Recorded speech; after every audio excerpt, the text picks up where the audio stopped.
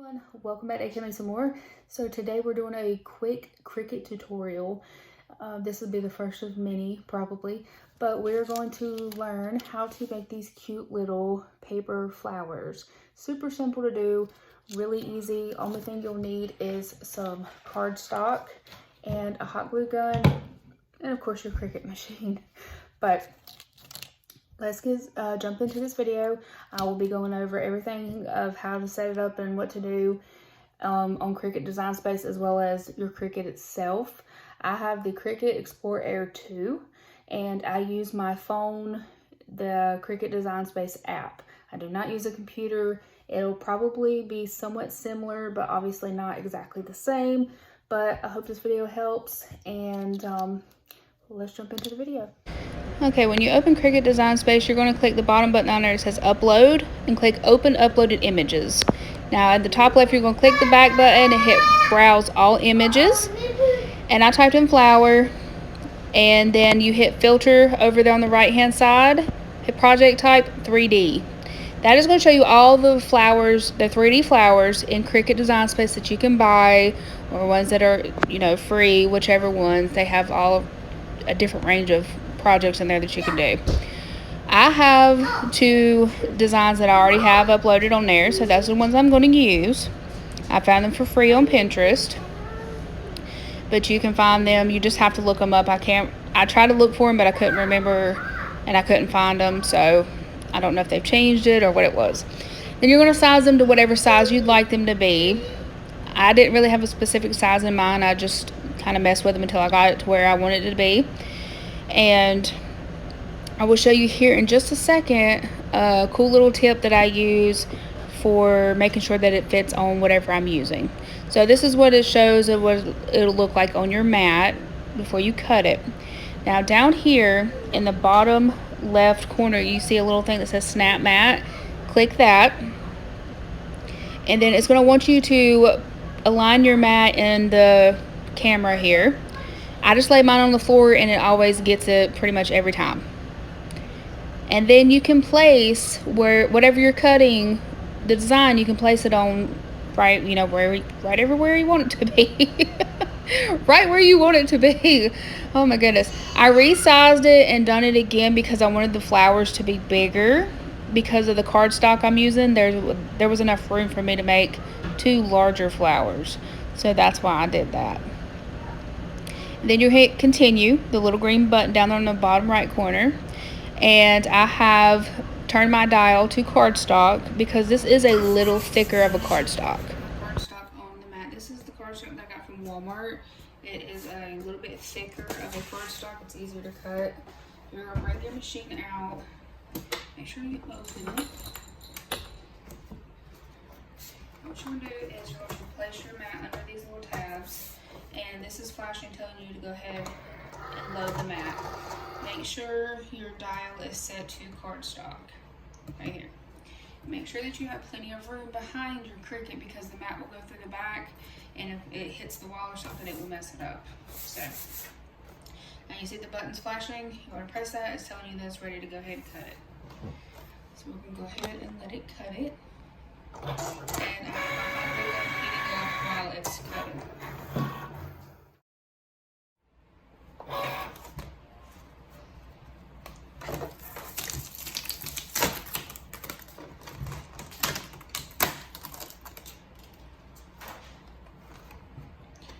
What you're going to do is you're going to bend your mat. It's not going to hurt it. You're going to bend your mat, get your paper off.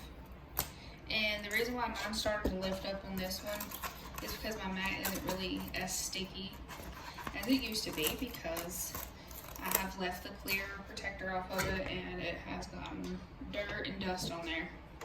So you're going to close your Cricut, get it out of the way. You can turn it off if you're done with it. Set it right there.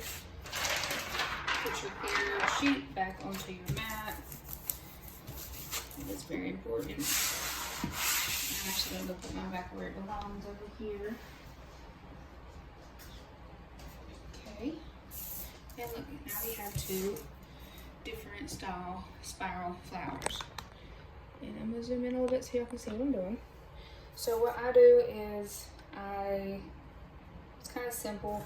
I use my hand. I'll just take it and start spiraling it.